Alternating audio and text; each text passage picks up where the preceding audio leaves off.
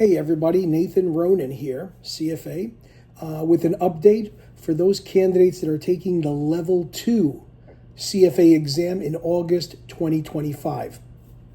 I'm actually getting bombarded with questions from candidates of mine and also candidates not in my program, for advice about the item sets. I guess what happens is about a month before the exam, people realize, hey, I've got an exam, I got to study, or, wow, I've been studying all along and I can't answer these questions, what should I do? So if you're one of those kinds of candidates, you might want to listen to this update. You can continue to receive them by pressing the subscribe button and the notifications bell so that as I post them on social media, on my YouTube channel, on a weekly or bi-weekly basis, you have access to them and you are getting the most up-to-date information that I can provide you with for your CFA exam. Now, as you all know, the Level II exam is 88 questions, okay? 44 in Session 1, 44 in Session 2.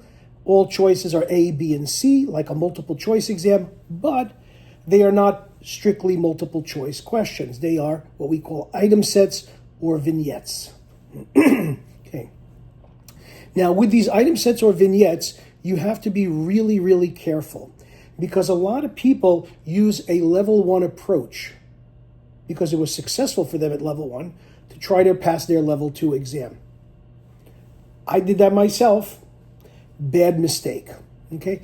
Now, this may not be what you want to hear a month before your exam, but it's definitely something that you need to keep in the back of your mind. Okay. If you're studying for like a pure multiple choice type exam, as you had in Level 1, you're not prepared for this exam. You're going to probably be surprised by the kinds of questions you see on real exam day. How do they differ?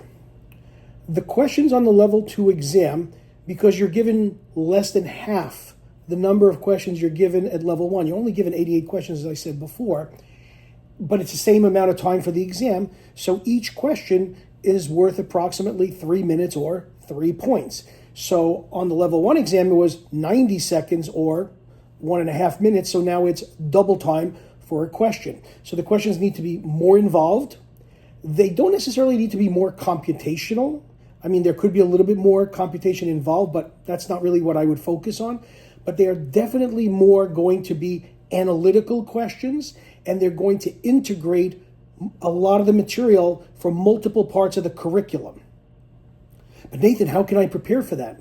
Well, I could tell you, if you're simply preparing for your Level 2 exam by doing a lot of Q-Bank questions from third-party providers or from the CFA Institute themselves, or you're just simply doing end-of-chapter questions at the end of the modules, or review questions within the modules themselves, those are not questions that have the caliber or complexity of what you're going to see on the real exam.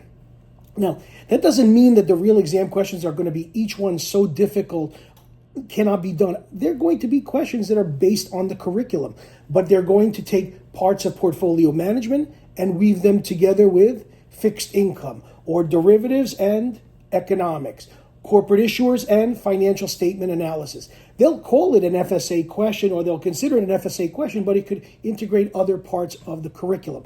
And that's what drives most Level 2 candidates wild because they've done mock exams, they've practiced, they've done end of chapter questions, they've done review questions, they've bought additional questions, and yet the real exam seems very, very different. And it does, and it will. What I would recommend to you in the time that you have remaining until your exam in August, whether it's August 17th or August 27th or August 31st or whatever the date is for your Level 2 exam, is to really focus on doing mock exams, reading your ethics, reviewing ethics very well, even though you might score very well on practice exams, reviewing it very well, and obviously going over your notes. But mock exams are key. Now, many of you opt, and I'm not saying that you're wrong, to select the least expensive ones by price, okay? Or who gives me the most mock exams for the dollar. What you should be asking any company, any prep provider, anybody that you purchase from is, who is writing these questions? Are they themselves writing the questions? Are they filtering it out somewhere to be done? Is it Chat GPT questions? Well, if they're Chat GPT questions, I don't think they'd really tell you that anyway. But you really need to make sure that the quality of the questions that you're getting are not overly difficult or overly easy, because that's not reflective of the exam. I can make an exam where everybody will get 4 or 5 questions right, but that doesn't mean the real exam is going to be like that. And just because an exam is difficult doesn't mean that it's more valuable. Okay? Same thing if the questions are too easy. If they're directly out of the book, right out of the chapter, they're not, any kind of real significant analysis involved, well, okay, so you got a 90 on it or 95. That's not going to be like the real exam. If the questions, as I said before, are overly difficult, that's not going to be helpful too. When you're doing any mock exams, you should diversify your sources. Honestly, diversify your sources from where you get them, because the real exam is no longer released since 2005. Okay? You want to get practice. You want to have a good answer key. If the answer key that you have isn't really that good, or isn't helping you understand the material better, or why you got the answer wrong, or why you got the answer right, it's not a very good mock exam.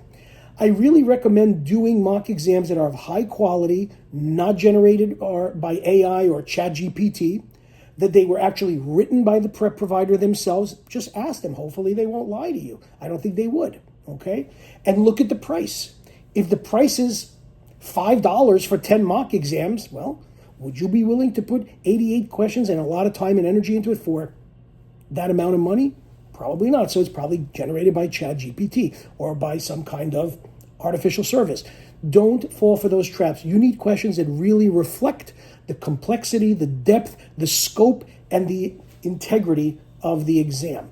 So that's what I really recommend, and get them from multiple sources, multiple meaning 3, 4, or 5 good sources.